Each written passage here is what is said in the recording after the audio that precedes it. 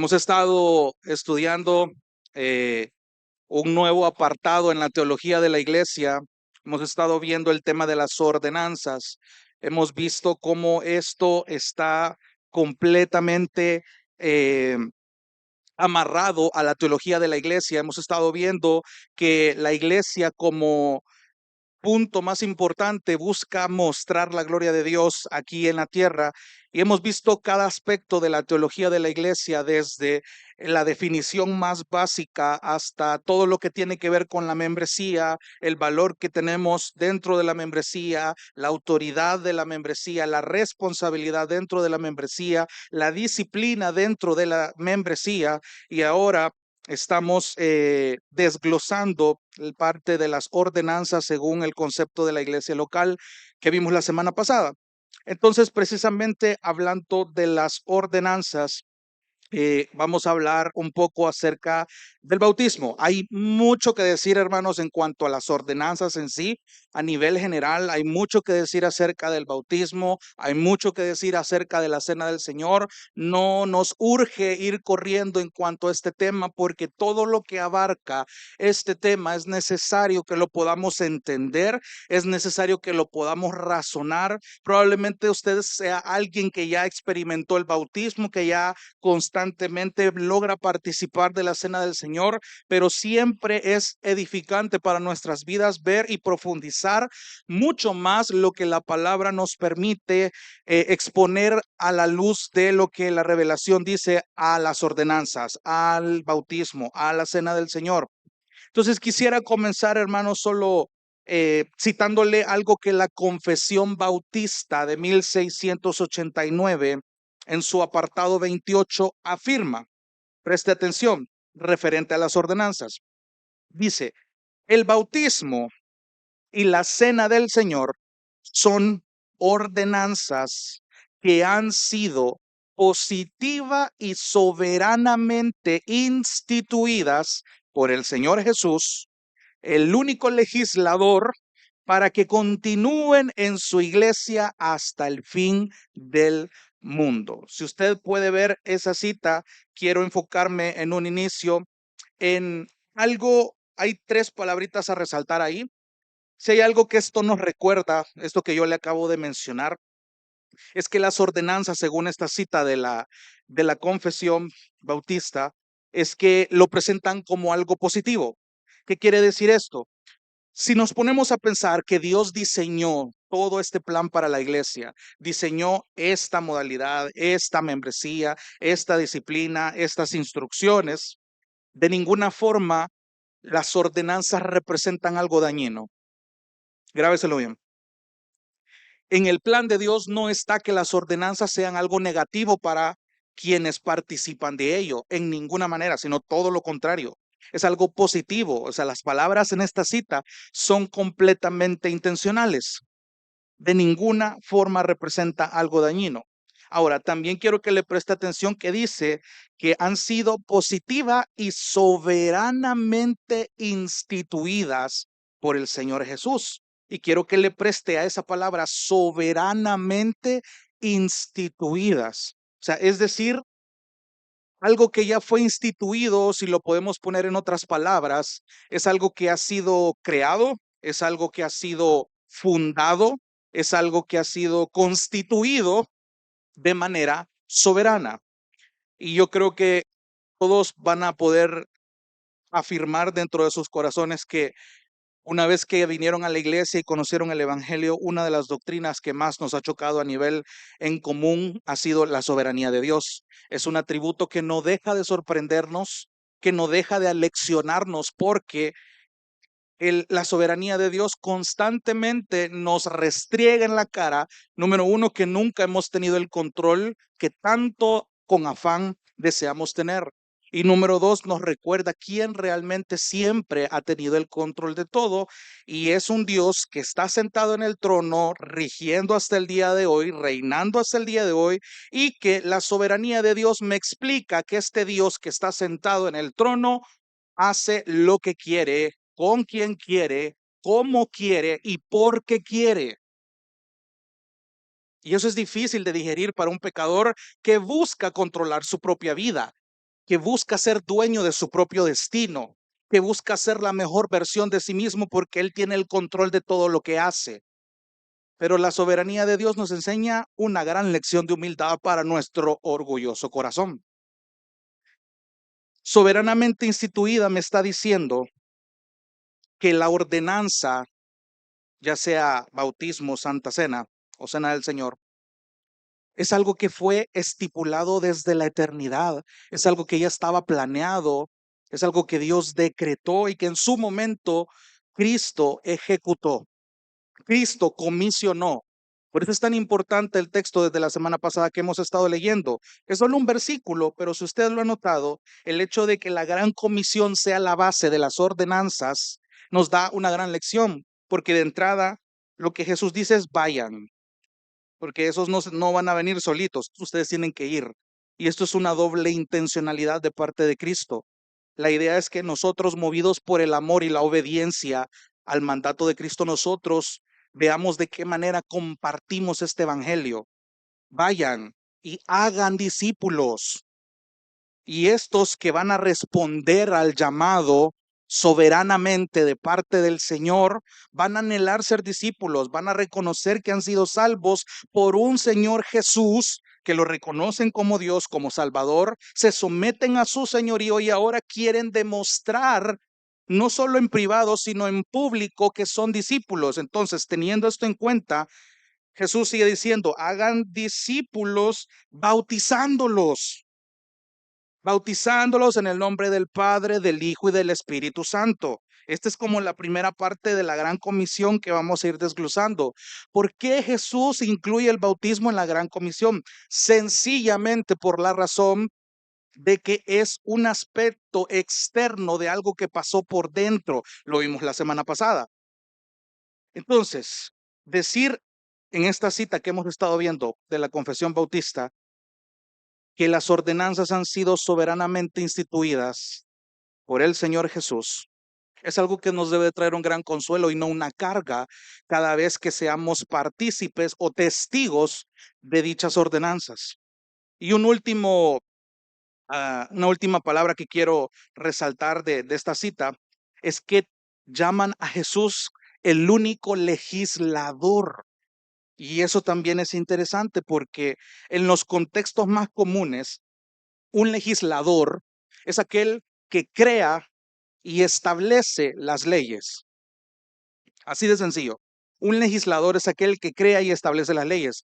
Si lo podemos ver de una manera más secular, por ejemplo, lo que usted ve en la asamblea aquí en El Salvador, los diputados, todos ellos son legisladores que proponen leyes y buscan que estas leyes se establezcan y se cumplan. Pero en el contexto de las ordenanzas y de esta cita en específico, Jesús es quien crea, quien establece las ordenanzas para su iglesia. Y esto es un gran consuelo, hermano, de entrada. Esto es un gran consuelo tener en cuenta la sabiduría y el detalle con el que Dios diseñó estas ordenanzas para su iglesia, incluyendo, como lo dijimos la vez pasada, hacerse ver, que la iglesia muestre la gloria de Dios. Decíamos que el ver y el oír son fundamentales en el tema de las ordenanzas porque estas hacen que el evangelio se haga visible dentro de la iglesia. Entonces, siempre continuando con este apartado de las ordenanzas de la Confesión Bautista, continúa diciendo, estas santas instituciones, dice, han de ser administradas solamente por aquellos que estén calificados y llamados para ellos según la comisión de Cristo. Quiero que me acompañe un poquito más atrás a Mateo 24. Mateo 24, versículo 45. Mateo 24, 45. ¿Cuál es el contexto? Es la parábola del siervo fiel y del siervo infiel. Quiero que le preste atención a la manera en cómo Jesús relata esta parábola. Mateo 24, 45 dice, ¿quién es pues el siervo fiel y prudente a quien su señor puso sobre los de su casa para que les diera la comida a su tiempo? Detengámonos ahí.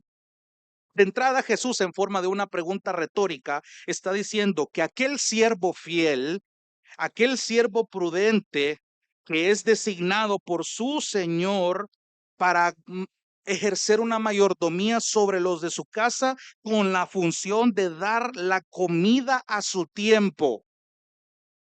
Si usted le presta atención a esa imagen, no es nueva, no es fuera de lo común. Versículo 46. Dichoso aquel siervo a quien cuando su señor venga, lo encuentre haciendo así. De cierto les digo que lo pondrá sobre todos sus bienes. Pero si aquel siervo es malo y dice en su corazón, mi señor tardará, y empieza a golpear a sus consiervos y come y bebe con los que se emborrachan, vendrá el señor de aquel siervo el día que no lo espera y a una hora que no sabe, y lo azotará severamente y le asignará un lugar con los hipócritas, y allí será el llanto y el crujir de dientes. Jesús está explicando de una manera, en la parábola, la función de la mayordomía, la función de aquellos que son llamados a ser, valga la redundancia, mayordomos de la grey de Dios, aquellos que Dios designó para administrar estas ordenanzas, la vida de la grey, la salud espiritual de la grey. De hecho, Lucas 12:41 cita esta misma parábola en diferentes, con un poco de cambio de palabras, pero el contexto es el mismo. Ahora, busque primero a los Corintios capítulo 4, versículo 1. Primera a los Corintios capítulo 4, versículo 1.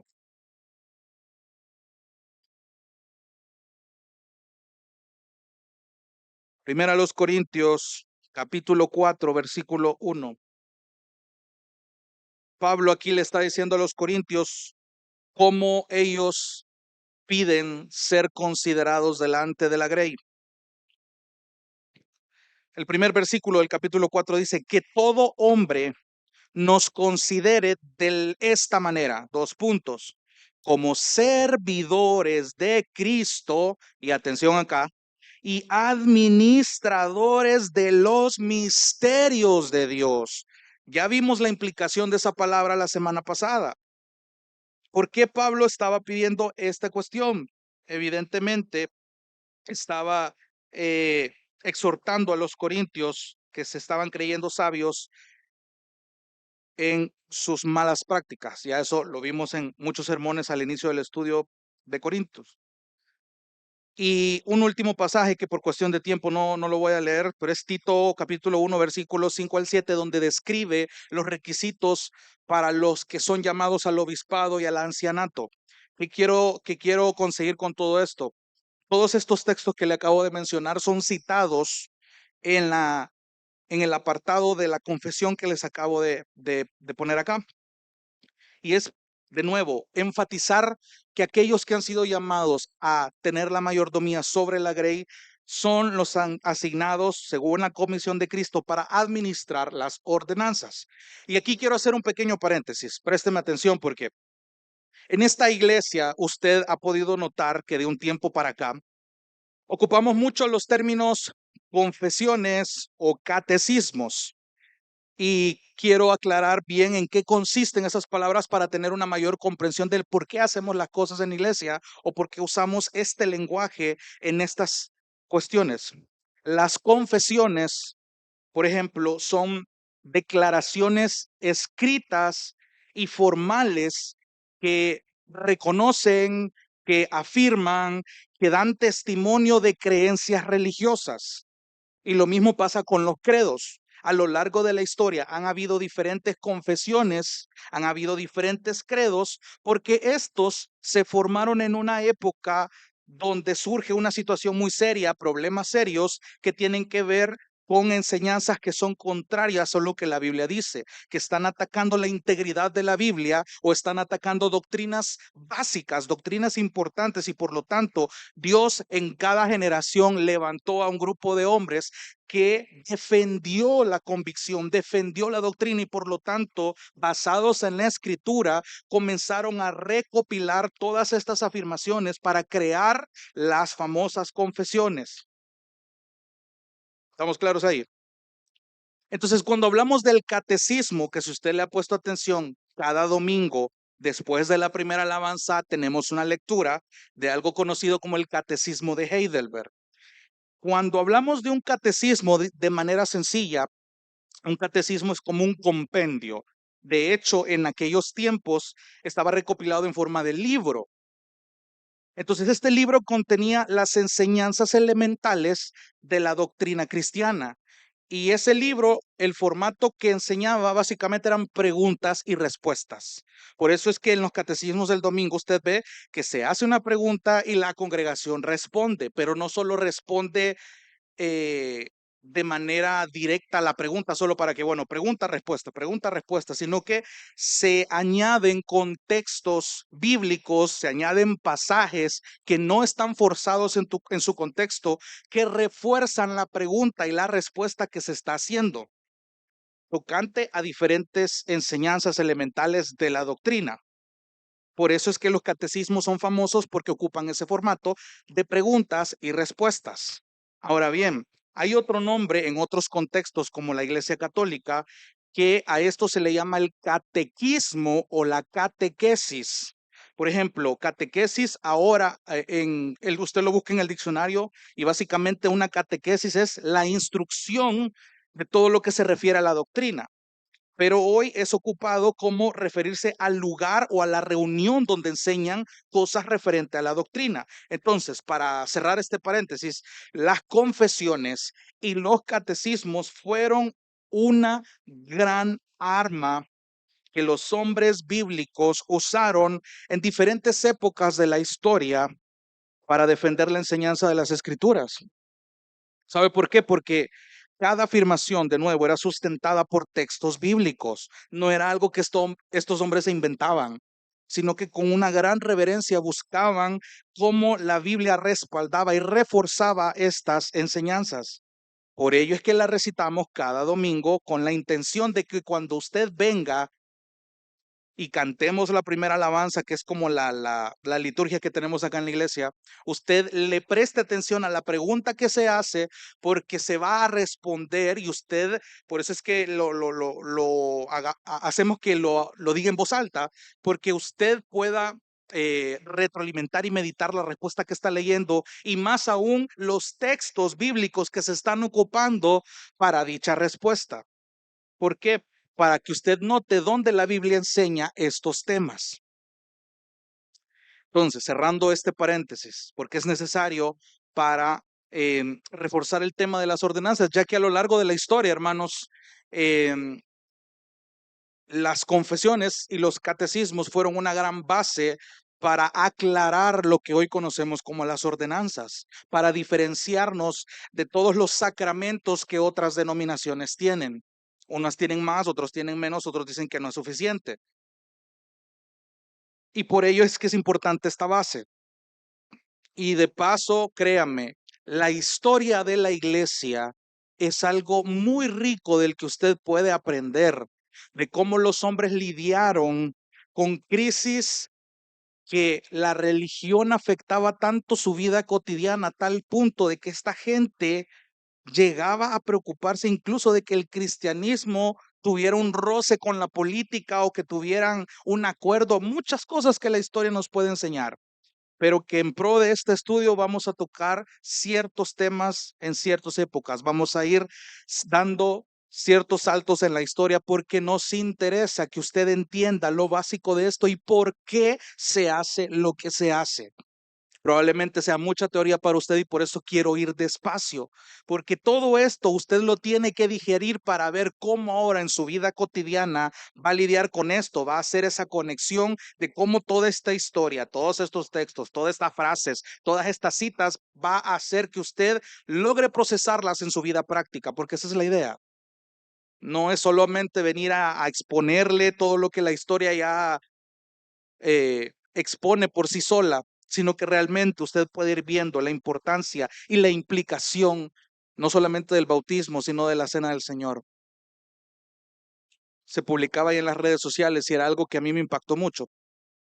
Muchos ven el bautismo como un simple ticket para entrar a un club, como un simple requisito para entrar a. Y no es así. Los que ya pasamos por ello, no es así. Los que aún no han pasado por ello, no es así.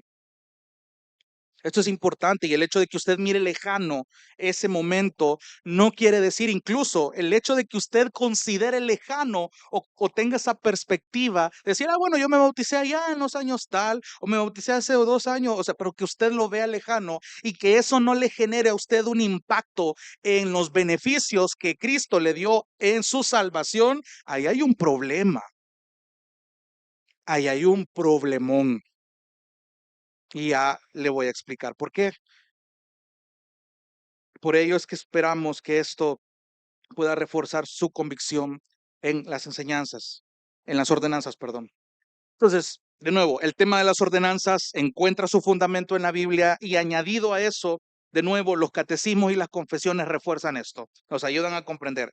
Ahora, continuando con esto, por ejemplo, la confesión de Westminster, que es otra confesión famosa y muy reconocida, establece 4 objetivos para las ordenanzas en la Escritura. Y voy a ir despacito con esto. 4 objetivos para las ordenanzas de las Escrituras según la Confesión de Westminster. Número 1. ¿Cuál es un objetivo para la ordenanza según la Escritura? Es que ellos representan a Cristo y sus beneficios para nosotros. De nuevo, lo que le estaba diciendo la semana pasada. Las ordenanzas permiten que esto pueda ser expuesto de una manera visible, que se note. A eso se está refiriendo. El objetivo de las ordenanzas es que se vea, hermano. No tiene sentido bautizar en secreto o tener una cena del Señor en secreto. No sé si me está entendiendo. La idea es que la gente note, no solo los que participan, sino los que aún no participan, para que sean testigos y los que están adentro también perciban y sean partícipes de lo que se hace visible, porque es un beneficio, es una representación visual, física. Representan a Cristo y sus beneficios para con nosotros. Número 2. Las ordenanzas confirman nuestro interés en Él. ¿En quién? En Cristo, en la obra, en lo que Él hizo y quién es Él. ¿Por qué? No solamente nos recuerdan que Cristo murió, esa historia que muchos ya no podemos de memoria, pero que de nuevo, cuando la analizamos y entendemos las implicaciones, la cosa cambia. Nos recuerdan que Cristo ha muerto, pero no solo eso, sino que Cristo resucitó. Que Cristo resucitó para la remisión de nuestros pecados. Esto no es algo que solamente se recuerda en Semana Santa, hermanos.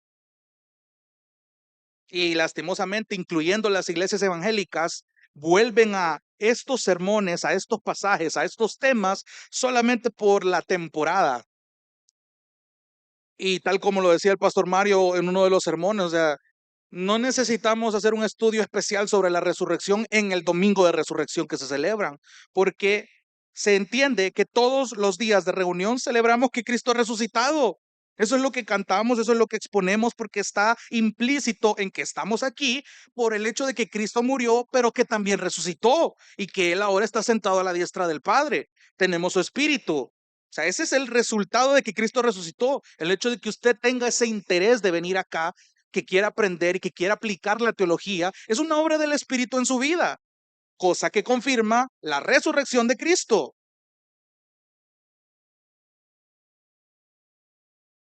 Por eso es que las ordenanzas confirman que a usted le interesa esto. Número 3, las ordenanzas, de nuevo, marcan de forma visible a la iglesia respecto del mundo. Es decir, cuando usted se sienta, y de nuevo, ya sea como testigo de la cena del Señor o del bautismo, o usted es partícipe de estas ordenanzas, lo que usted está viendo es como una fotografía instantánea, la mejor representación aquí en la tierra de lo que la iglesia está llamada a ser.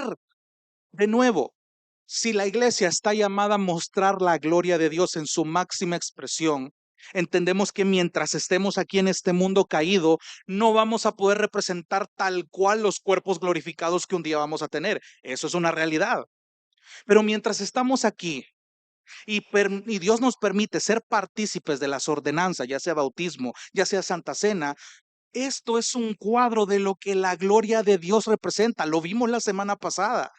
La gloria de Dios no es encasillar un acto sobrenatural en un evento. La gloria de Dios tiene mucho mayor alcance, abarca muchas más cosas, está implícito en muchos aspectos más de la vida, de todo. Y la verdadera iglesia muestra eso, muestra que es distinta al mundo cuando practica las ordenanzas. Imagínense si allá fuera en el mundo a un grupo de inconversos se les ocurre, bueno, allá nos vamos a reunir en alguna plaza de la ciudad y nos vamos a reunir a brindar por Cristo. Nos vamos a agarrar un gran piscinón ahí y nos vamos a bautizar porque nos dio la gana. O sea, un creyente realmente se le ocurriría eso por inercia, porque a él se le ocurrió. O sea, yo no veo que un pecador o un grupo de pecadores logre hacer estas prácticas con tal de glorificar al Señor si ni siquiera lo conocen de entrada. O sea, me va entendiendo el punto. Esto es algo que solo la iglesia puede hacer y está llamada a hacer para que se diferencie del mundo. Y ese es uno de los objetivos. Cuarto y último objetivo, nos dedican al servicio de Dios en Cristo. Si usted quita a Cristo de la ecuación, las ordenanzas no tienen sentido. Y esto no solamente en Cristo, sino que de acuerdo a su palabra.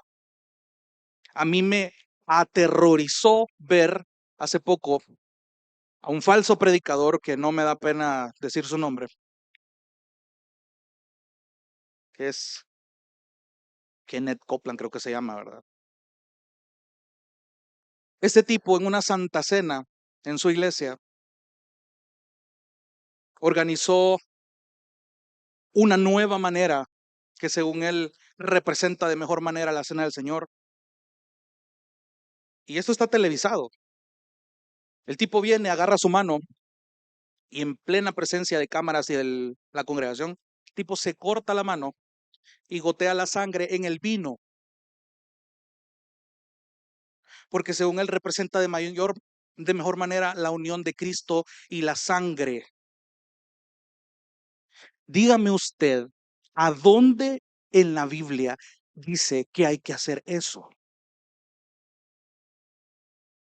Eso es un claro signo de una blasfemia contra el diseño divino. Eso es algo demoníaco.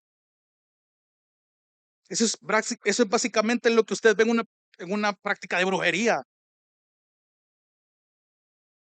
Y eso es algo que está pasando en el 2024.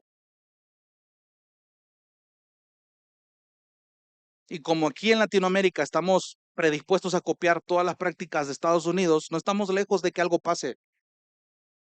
Pero presta atención a cómo estas cosas muchas veces, por no estar pegados a la palabra, nuestra dedicación en las ordenanzas al servicio de Dios en Cristo puede ser muy alterada.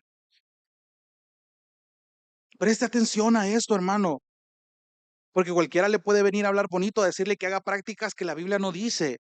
Peligroso. Esta es una de las razones por las que estamos unidos, estamos en comunión. Si usted pretende bautizarse solito, a sumergirse solito, no tiene sentido. Si usted solito se sirve el pan y solito se sirve el vino, por eso es que yo no entendí la dinámica de la Santa Cena en línea durante la pandemia. No tiene sentido. No tiene sentido, porque es un asunto comunitario.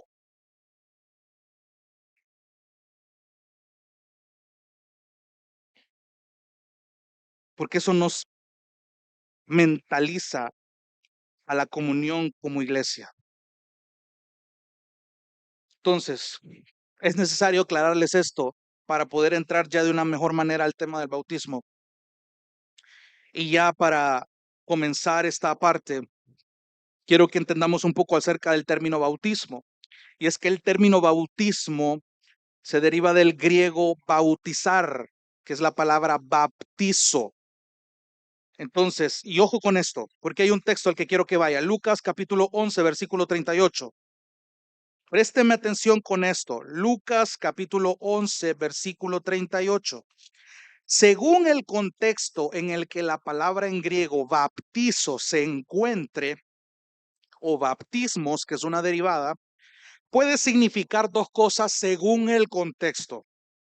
Número uno, puede significar el perdón de los pecados o puede significar la simple purificación antes de cada comida. ¿Por qué? Lucas 11:38. Lucas 11:38. Desde el 37 dice, cuando terminó de hablar, un fariseo le rogó que comiera con él. Y Jesús entró y se sentó a la mesa, versículo 38. El fariseo, al ver esto, se sorprendió de que Jesús no se hubiera lavado primero antes de comer según el ritual judío. Subraya ahí en su Biblia la palabra lavado, porque en el griego la palabra lavado es baptizo. Si lo traducimos de forma literal, el texto diría, el fariseo al ver esto se sorprendió de que Jesús no se hubiera bautizado primero antes de comer según el ritual judío. ¿Cuál era el ritual judío? Que tenían que purificar sus manos antes de comer, que tenían que lavarse las manos antes de comer. Eso era un ritual judío.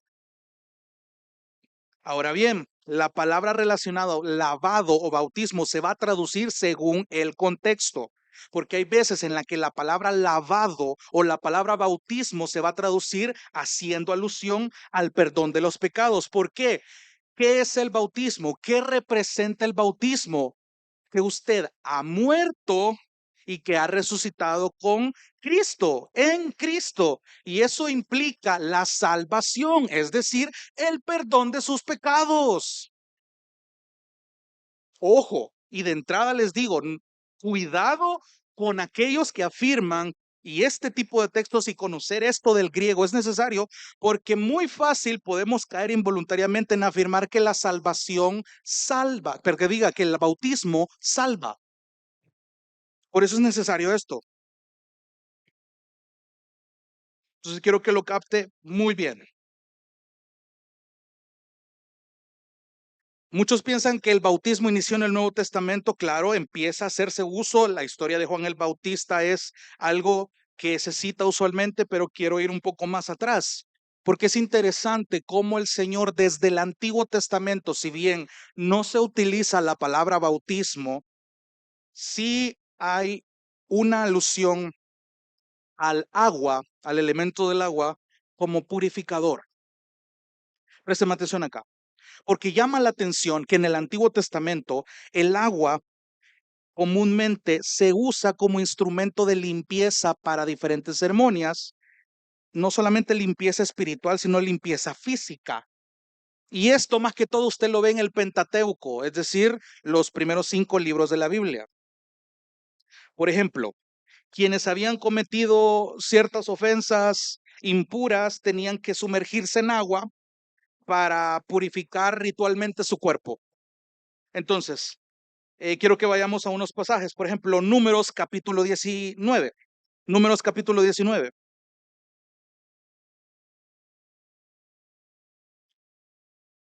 Números capítulo 19.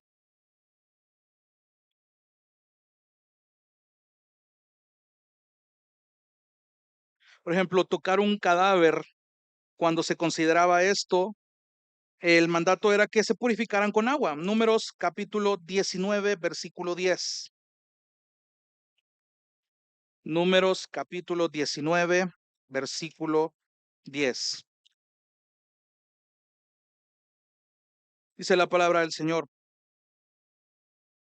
Y el que haya recogido las cenizas de la novilla, lavará su ropa y quedará inmundo hasta el atardecer. y será un estatuto perpetuo para los israelitas y para el extranjero que reside entre ellos. Versículo 11.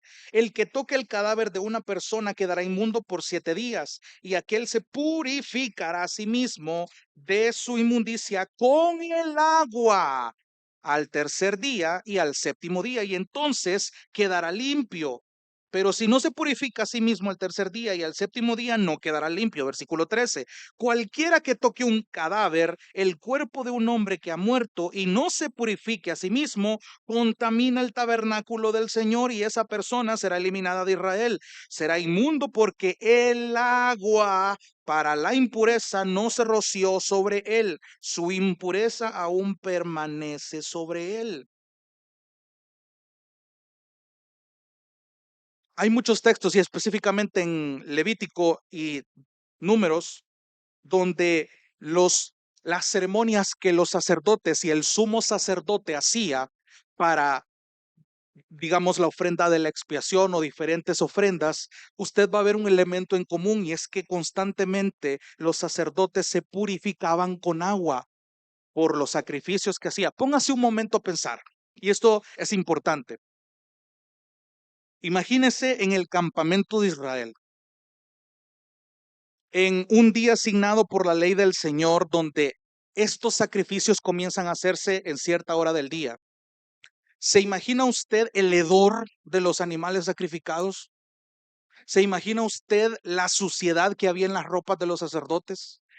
¿Sabía usted, se imagina usted el tiempo que invertían tanto físico como espiritual los sacerdotes para presentar la ofrenda delante de Dios, de un montón de personas que estaban en el desierto representando familias, y al final representar a una nación completa? O sea, requería un esfuerzo físico. Los que se habían consagrado de la tribu de Leví para ser los sacerdotes en el templo de Dios, en el tabernáculo de Dios, no tenían un trabajo fácil. Y el agua fungía un papel muy importante acá. Y de nuevo, presta atención al diseño que Dios desde el Antiguo Testamento empieza a mostrar de cómo el agua funge como un purificador para los que se presentan delante de él. Y esto es interesante. Por ejemplo, otro ejemplo puede ser consumir o recoger un animal muerto. Váyase al Levítico capítulo 17, versículo 15. No vamos a ver todos los textos por cuestiones de tiempo. Levítico capítulo 17, versículo 15. Justamente antes de número. Levítico capítulo 17, versículo 15. Usted ahí puede anotar los demás textos. Levítico capítulo 17, versículo 15. Dice, y cuando alguna persona, sea nativo o extranjero, coma de un animal muerto o que haya sido despedazado por fieras, lavará sus vestidos y se bañará en agua y quedará inmundo hasta el atardecer, entonces quedará limpio. De hecho, hay un apartado en Levíticos que habla de las secreciones nocturnas y seminales, que habla de entrar en contacto con objetos personales de una mujer que está menstruando, habla acerca de infecciones contagiosas de la piel, todas estas cosas estipuladas dentro de la ley civil. Mientras el pueblo estaba en el desierto, Dios siempre buscó que el agua formara un papel importante para la purificación, para la limpieza. ¿Por qué cree usted que cuando usted lee los salmos, los salmistas de manera poética usan el agua de muchas formas? El agua que purifica, o los himnos que se cantan, los coritos, por ejemplo, eh, hay un coro que dice, lávame en tu sangre, Salvador. O sea, el acto de, en este caso, ocupar la sangre, pero derivarlo del verbo lavar, limpiar, purificar. O sea, hay mucha influencia de parte de cómo Dios diseña el elemento del agua en el Antiguo Testamento. Uy, hay un montón de pasajes que yo le podría citar. Pero a lo que yo voy es que más allá de estos rituales de limpieza, muchas otras prácticas de limpieza se exigían con el propósito de participar de la adoración que Dios demandaba, de la obediencia que Dios demandaba. De hecho, ciertas impurezas solo podían ser removidas utilizando agua. Ahora bien, aquí es donde yo quiero dar otro pequeño salto en el tiempo. Estamos en el Antiguo Testamento y ahora podemos ir antes de los tiempos de Juan el Bautista. Quiero ponerlo un poquito en contexto. Antes de Juan el Bautista, el bautismo ya existía en la cultura judía. Se lo resumo de esta manera. Los gentiles que se convertían del paganismo al judaísmo participaban del bautismo como un modo de entrar en la comunidad judía, de participar dentro de las ceremonias judías. Y los judíos a veces utilizaban la inmersión, que quiere decir la que sumergían a la gente por completo y la volvían a sacar. Y esto para ellos era una traducción de actos de arrepentimiento. Entonces el propósito de este requisito de entrada era conocido como el bautismo prosélito. ¿Qué quiere decir la palabra prosélito? Bueno, básicamente una persona que era incorporada a una religión, y en este caso era aquel pagano que se convertía al judaísmo. Eso era el bautismo prosélito. Los prosélitos eran los paganos que se convertían al cristianismo, al judaísmo, perdón. Entonces, la idea de los judíos con ese tipo de bautismo era eliminar cualquier impureza. ¿Por qué? Porque en la mente de los judíos estaba todo lo que habían visto y enseñado en el Antiguo Testamento, en las leyes de el pueblo estando en el desierto. No pierda eso. Entonces, en la mente de los judíos que recibían a estos prosélitos era eliminar cualquier impureza ceremonial que esta gente había participado antes, porque estaban conscientes de que sacrificaban ofrendas a otros dioses, que ellos participaban de ceremonias que eran para otros dioses. Entonces el judío tenía eso en su mente. Y el elemento del agua de nuevo forma un papel importante para la purificación, para que ellos formaran parte otra vez del judaísmo. Entonces, ahorita que me va entendiendo, los gentiles eran considerados impuros por sus rituales, por su vida espiritual, eso no es algo nuevo. Entonces ellos necesitaban una evidencia externa de purificación para que ellos pudieran entrar a Israel y pudieran entrar al templo. Entonces la limpieza ceremonial para los judíos era un símbolo de la limpieza interna, porque ellos afirmaban que aquel que se convierte en prosélito es como un niño espiritual recién nacido. ¿No les suena familiar eso cuando yo digo la palabra neófito?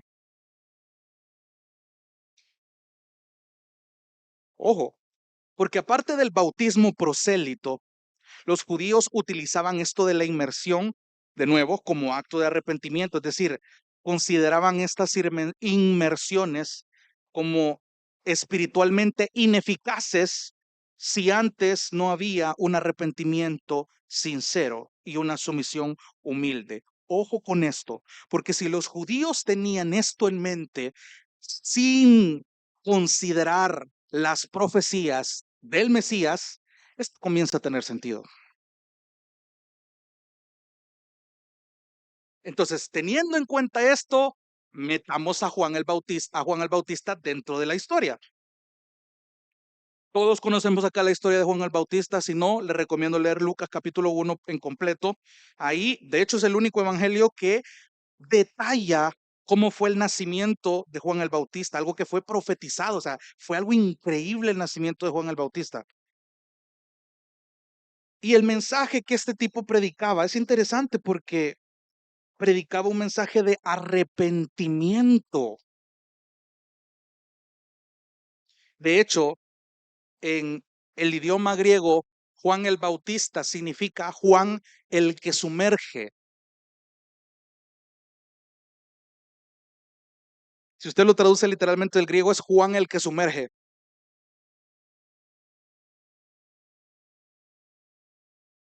Le dejo los siguientes textos de tarea: Lucas 1 y Malaquías 3.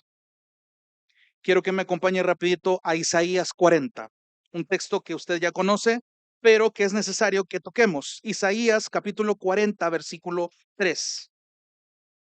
Desde los tiempos de Isaías se comenzó a hacer mención de este hombre. Isaías capítulo 40, versículo 3.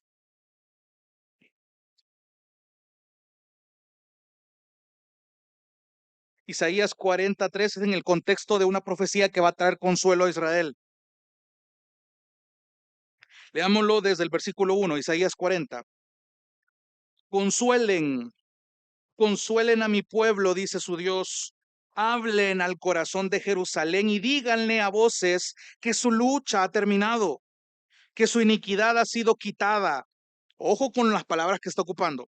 Que su iniquidad ha sido quitada, que ha recibido de la mano del Señor el doble por todos sus pecados.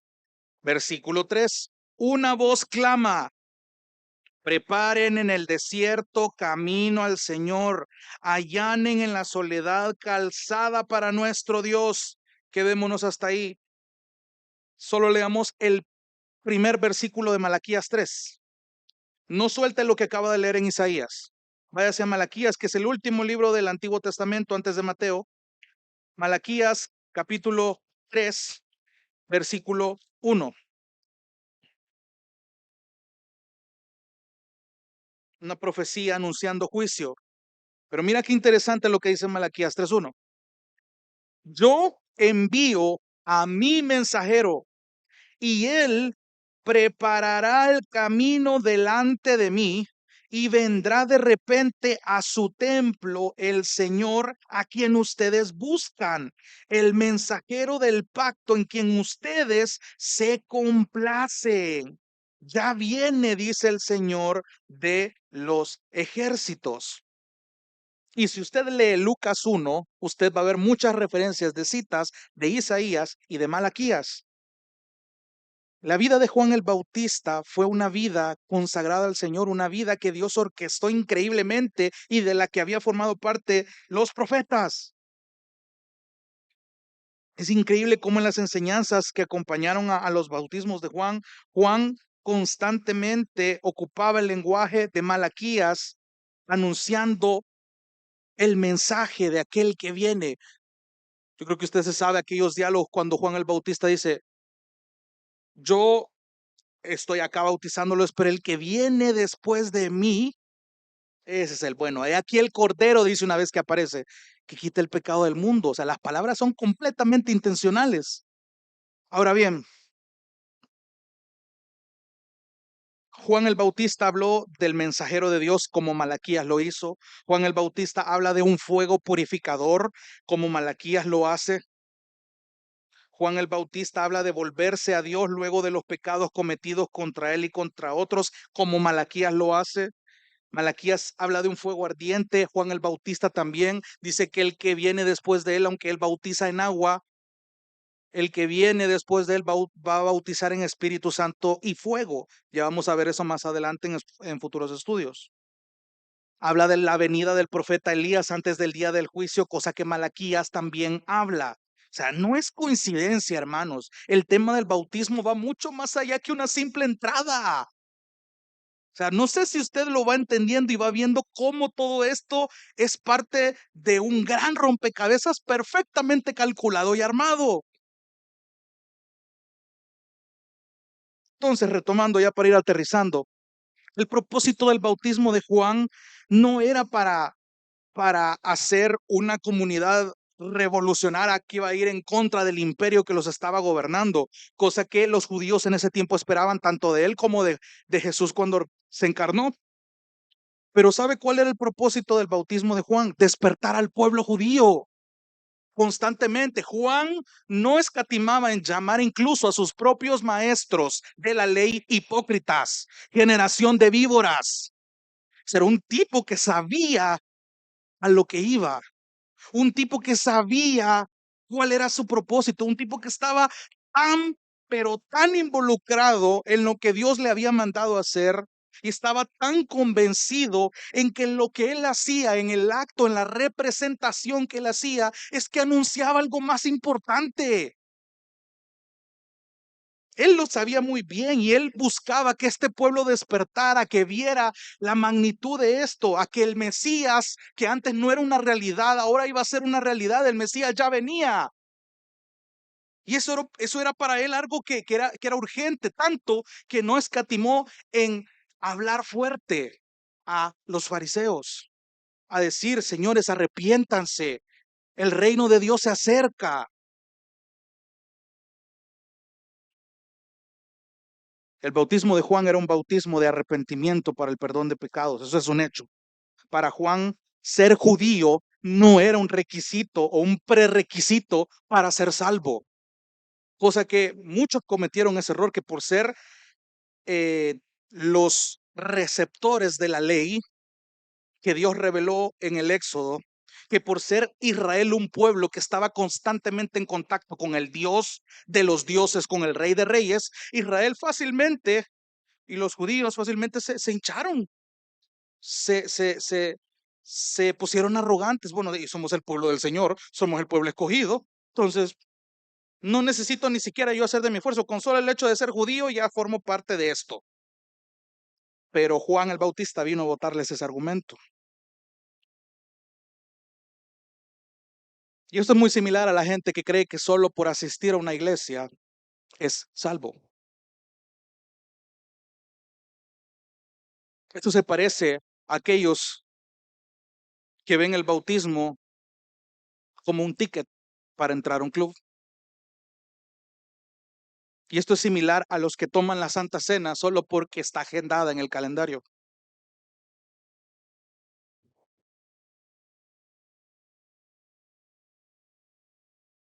Entonces, como Juan el Bautista lo hizo, necesitamos reflexionar en nuestro arrepentimiento.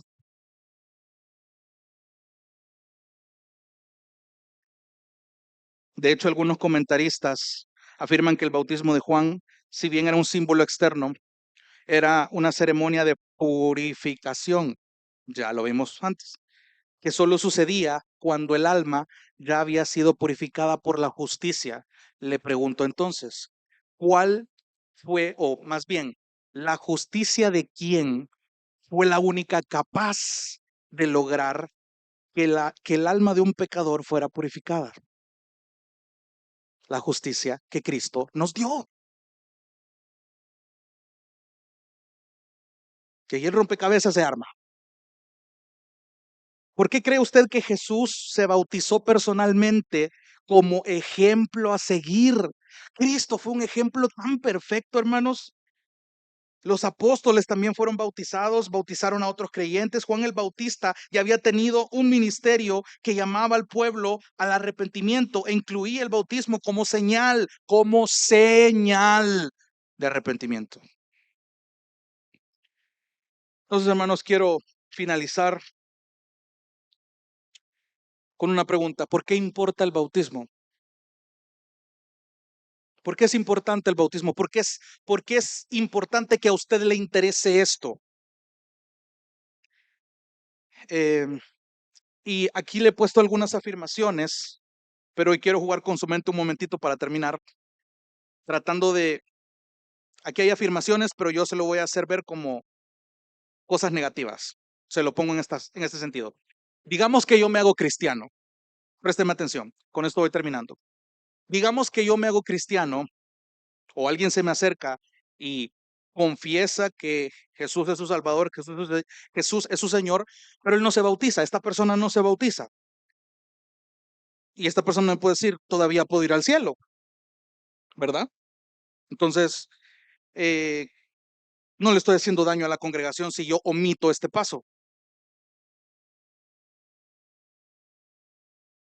¿Qué cree usted? Si me hago cristiano, pero nunca me bautizo, todavía puedo ir al cielo. Hay algo que no estás considerando, hermano. ¿Sabes qué pasa si tú omites esto? Lo que estás haciendo es desobedeciendo a Cristo y lo estás deshonrando.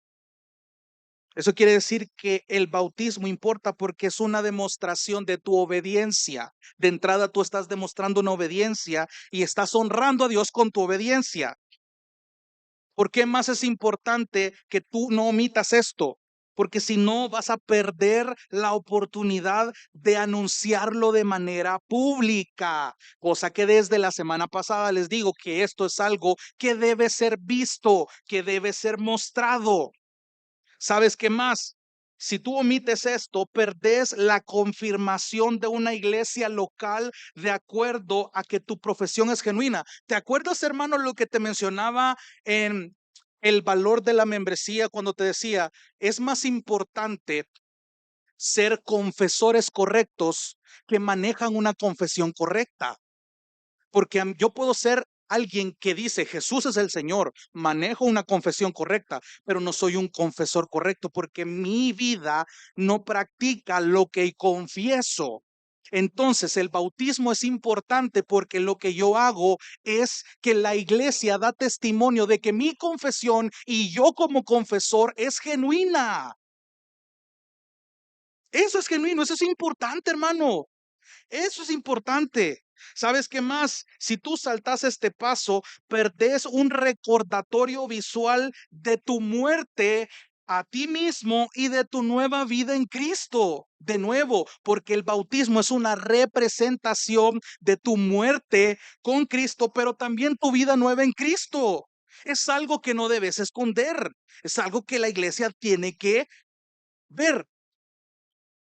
¿Sabes qué más puede pasar si omites este paso? Es que otras personas pierden la oportunidad de ver en este recordatorio su propia salvación y esto a mí me tocó tanto.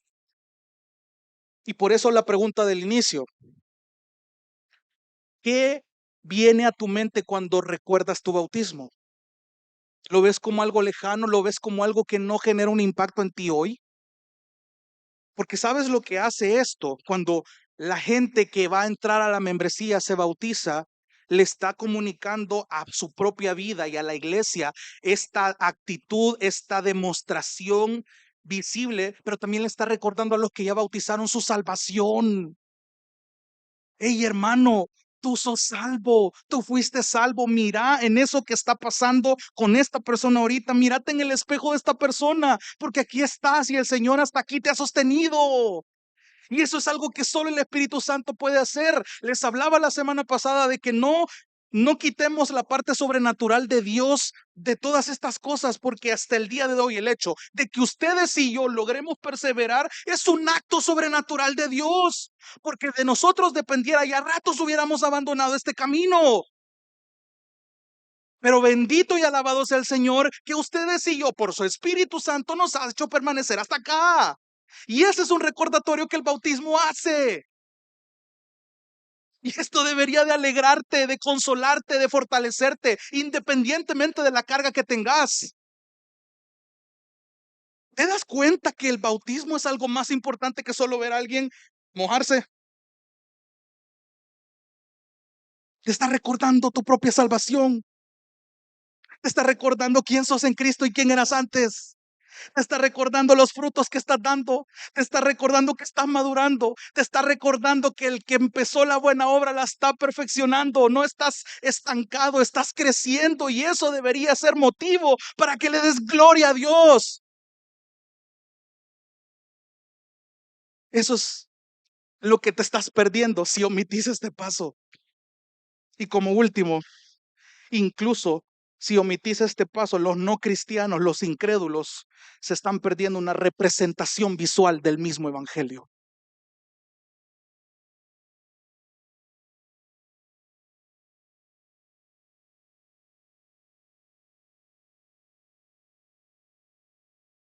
Y el evangelio es algo que olvidamos de una manera tan descarada y de voluntaria.